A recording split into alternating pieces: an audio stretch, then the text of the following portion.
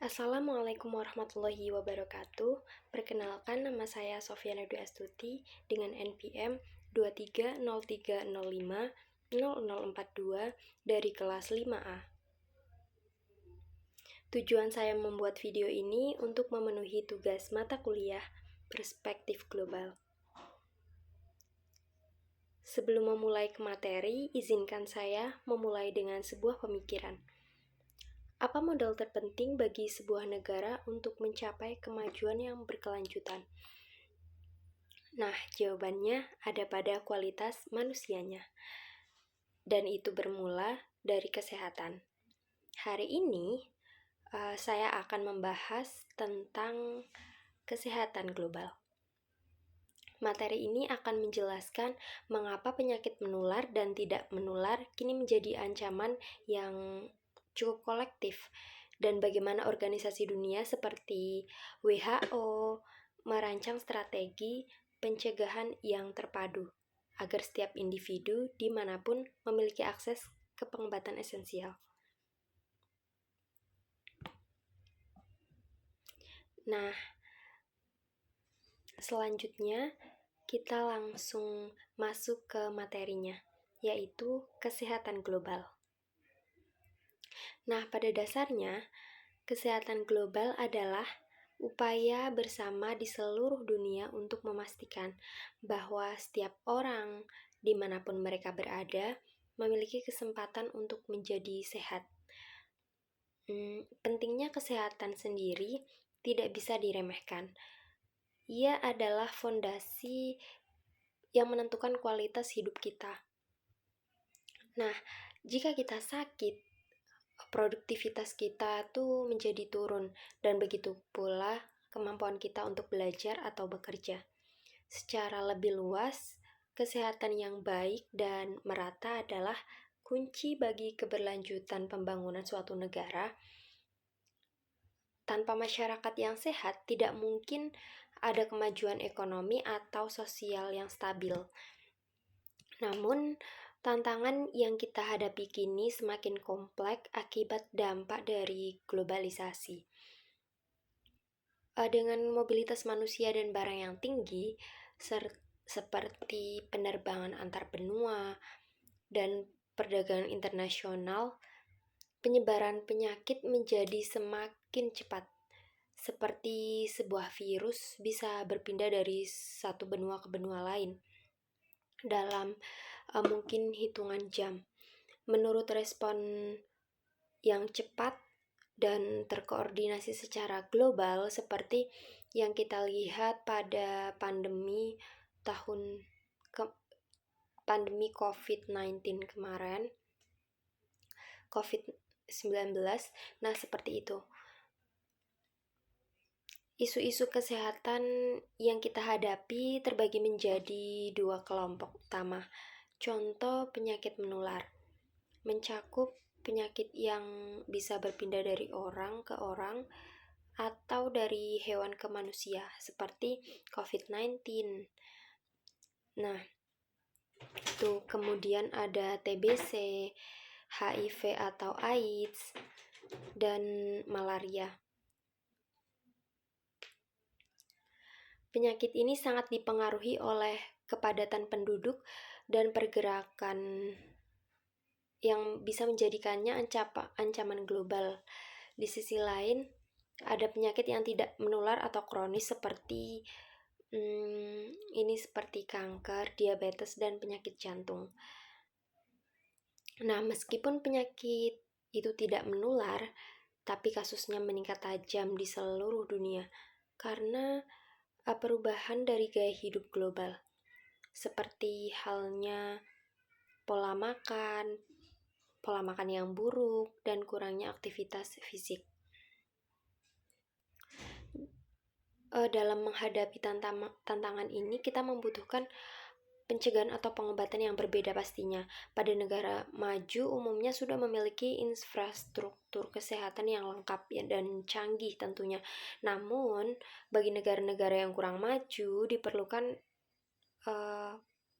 pengembangan internasional, di mana organisasi WHO atau World Health Organization itu berperan sangat penting, yang mana WHO itu berupaya mengurangi ketidaksetaraan kesehatan dengan membantu menyediakan obat-obatan esensial, kemudian melaksanakan program vaksinasi dan memperkuat sistem kesehatan di negara-negara yang paling membutuhkan.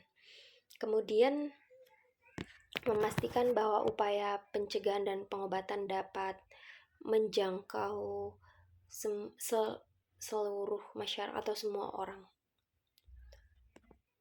Nah, kemudian kita bisa kupas satu persatu lagi secara mungkin lebih rinci lagi, yaitu pentingnya kesehatan. Kesehatan itu apa sih? Kesehatan merupakan faktor utama yang menentukan kualitas hidup individu dan masyarakat. Seseorang yang sehat dapat belajar, bekerja, berkontribusi secara maksimal dalam kehidupan sosial dan ekonomi. Kesehatan yang baik juga meningkatkan produktivitas nasional, karena masyarakat yang sehat akan lebih mampu berpartisipasi dalam pembangunan negara. Melalui itu, kesehatan yang merata juga menjadi indikator keberhasilan pembangunan berkelanjutan, khususnya pada tujuan ketiga, yaitu good health dan well-being. Negara yang penduduknya sehat memiliki daya saing tinggi, umur harapan hidup panjang, serta stabilitas ekonomi yang lebih kuat. Kemudian yang untuk poin yang kedua itu dampak globalisasi terhadap kesehatan global. Globalisasi membawa pengaruh besar terhadap dunia kesehatan pastinya. Di satu sisi, globalisasi itu bertujuan untuk mempermudah pertukaran ilmu pengetahuan. Bukan hanya ilmu pengetahuan saja, namun ada teknologi medis dan obat-obatan antar negara. Nah, namun di sisi lain, mobilitas manusia, hewan, dan barang antar negara yang semakin tinggi juga mempercepat penyebaran penyakit. Nah, contohnya seperti yang saya katakan tadi, yaitu contoh pandemi COVID-19 yang menyebar sangat cepat ke seluruh dunia. Akibatnya apa? Akibatnya ini cukup buruk akibat aktivitas perjalanan dari internasional. Selain itu, globalisasi juga mempengaruhi pola hidup masyarakat, seperti meningkatnya konsumsi makanan cepat saji dan gaya hidup tidak sehat yang menyebabkan naiknya kasus penyakit tidak menular. Gimana kita mau sehat kalau pola makan kita nggak sehat atau sering mengkonsumsi junk food, pola hidup yang kurang sehat, kurang olahraga, kurang gerak, mungkin lebih kepada menurunkan aktivitas-aktivitas yang berhubungan dengan gerak gitu. Mungkin seperti jarang olahraga seperti tadi. Nah, dengan itu, dengan gaya hidup yang tidak sehat tadi, yang menyebabkan naiknya kasus penyakit yang tidak menular. Nah, oleh karena itu, kerjasama global dalam bidang kesehatan sangat penting untuk mencegah dan menanggulangi penyakit lintas batas. Nah, contoh penyakit global sudah saya sebutkan tadi. Nah, ini ada beberapa yang saya rincikan ulang. Kesehatan global mencakup dua kelompok besar penyakit, yaitu penyakit menular dan tidak menular. Penyakit menular itu apa saja sih? Nah, penyakit menular sendiri penyakit yang disebabkan oleh mikroorganisme seperti virus, bakteri, atau parasit dan dapat menyebar luas, menyebar secara cepat dari satu individu ke individu lain. Misalkan menyebar secara cepat melalui kontak secara langsung mungkin ya, seperti contoh COVID-19 yang disebabkan oleh virus corona, kemudian TBC, tuberkulosis akibat bakteri, dan kemudian HIV atau AIDS yang menyerang sistem kekebalan tubuh. Kemudian ada malaria. Nah, malaria ini yang disebabkan oleh parasit, ditularkan melalui gigitan nyamuk. Nah, penyakit tidak menular. Nah, selanjutnya ini penyakit tidak menular, yaitu PTM ya singkatannya. Penyakit tidak menular itu apa sih? Nah, penyakit tidak menular itu adalah penyakit yang tidak menular dari satu orang ke orang lain, tetapi disebabkan oleh gaya hidup yang tidak sehat. Seperti tadi, gaya hidup yang tidak sehat, pola makan yang tidak sehat, seperti itu.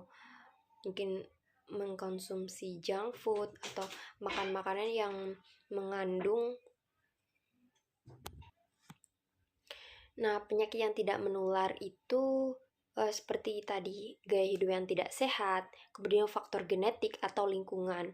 Nah, contohnya ada kanker, diabetes mellitus atau apa ya, nama lainnya itu kencing manis. Nah, ada juga penyakit jantung dan pembuluh darah. Nah, penyakit-penyakit ini kini menjadi beban utama kesehatan masyarakat di berbagai negara karena menyebabkan kematian tinggi dan biaya pengobatan yang besar. Nah, dari situ kita bisa tahu bahwa kesehatan itu sangat penting, dan jika dalam suatu negara terdapat masyarakat yang memiliki penyakit-penyakit tersebut, nah itu bisa menghambat berkembangnya atau menjadi majunya suatu negara, karena negara tersebut mengeluarkan biaya banyak, membutuhkan biaya banyak untuk pengobatan masyarakat yang terkena penyakit, atau imunitas masyarakat menjadi turun. Nah, itu sangat berpengaruh sekali ya terhadap berkembang dan majunya suatu negara tersebut. Kemudian yang keempat yaitu ada pencegahan dan pengobatan. Setiap negara memiliki kemampuan yang berbeda dalam hal pencegahan dan pengobatan penyakit. Nah, di negara maju umumnya memiliki infrastruktur kesehatan yang lengkap pastinya, seperti rumah sakit yang modern, canggih, seperti itu. Kemudian tenaga medis yang terlatih, kemudian serta akses terhadap teknologi medis canggih. Nah, masyarakat juga lebih sadar akan pentingnya gaya hidup sehat dan pemeriksaan rutin. Misalkan di maju itu mereka lebih mengutamakan kesehatan, lebih mementingkan kesehatan untuk menjaga pola hidup mereka, mengkonsumsi makanan yang sehat, misalkan buah-buahan, atau tidak mengkonsumsi junk food, untuk memilah-milah bahan makanan mereka yang awal dengan teliti, misalnya tidak mengkonsumsi seperti tepung-tepungan atau sesuatu yang berlebihan seperti minyak yang berlebihan atau yang lainnya. Kemudian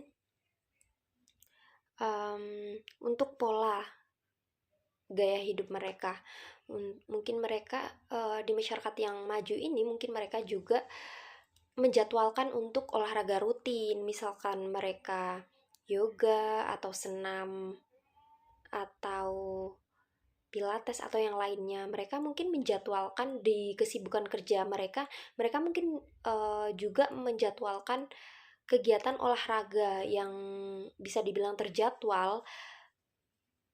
Ya untuk apa? Untuk nah itu pencegahan timbulnya penyakit-penyakit yang tidak diinginkan, mungkin penyakit yang cukup serius seperti itu. Nah, kemudian di negara berkembang ini atau negara yang kurang maju sering menghadapi keterbatasan fasilitas kesehatan. Nah, seperti halnya bukan hanya fasilitas kesehatan. Nah, ada juga keterbatasan obat-obatan lah dan tentunya tenaga medis.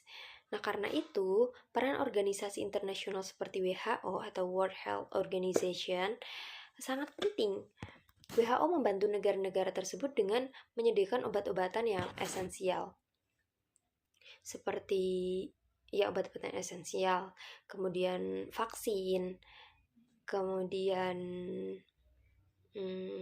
bantuan teknis, dan dukungan dalam menghadapi wabah.